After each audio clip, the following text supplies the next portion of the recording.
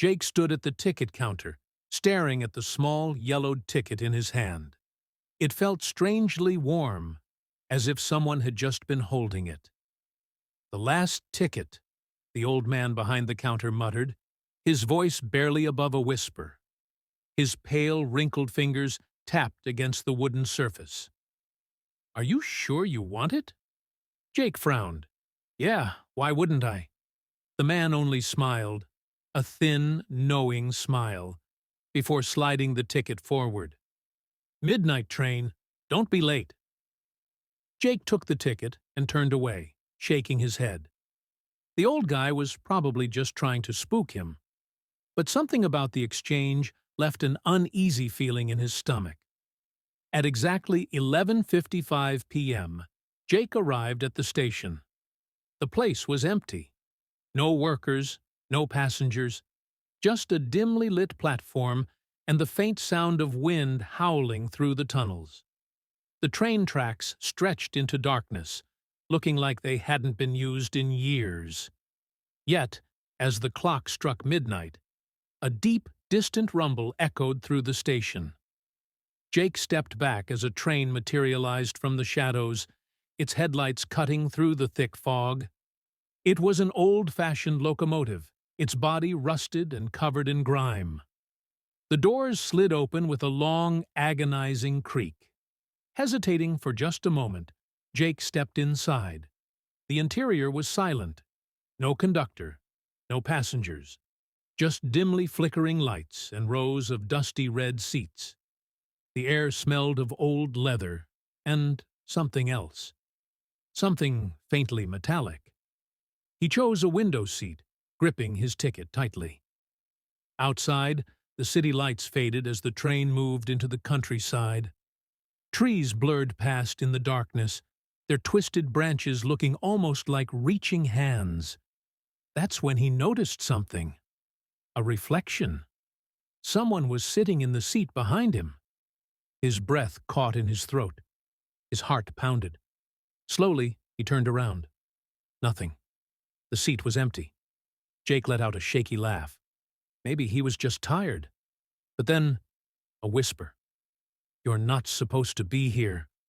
Jake froze. The voice was right behind his ear. He spun around, his pulse racing. A man in an old-fashioned suit sat across from him. He hadn't been there before.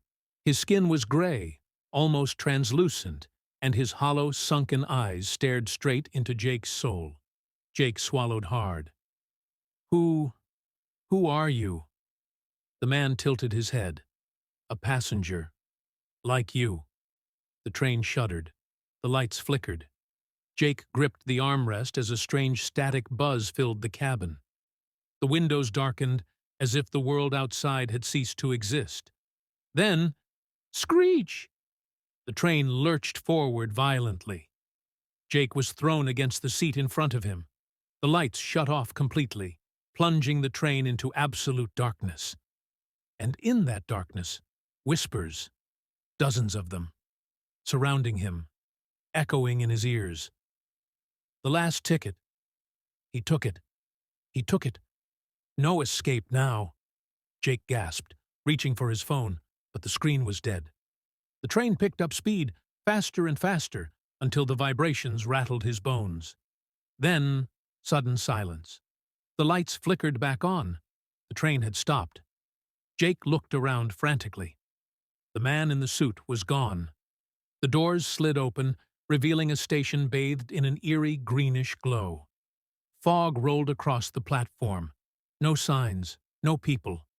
No way to tell where he was. But one thing caught his attention. A mirror stood at the center of the platform, tall and cracked, its surface distorted. And in its reflection, Jake saw himself. Only, it wasn't him. His reflection wore a suit. His skin was gray. His eyes were hollow. Jake staggered back, his breath coming in short gasps. No, this isn't real." But then he felt it. A hand, cold and bony, gripping his shoulder. A voice whispered in his ear, "Your turn is over. The next passenger is waiting." And before Jake could scream, darkness. Jake woke up, back at the original station, standing exactly where he had been before. Midnight. The train had not yet arrived. His heart pounded. Was it a dream? A hallucination? But when he looked down at the ticket in his hand, it wasn't his name anymore. A different name was printed on it. And behind the counter, the old man smiled. Next,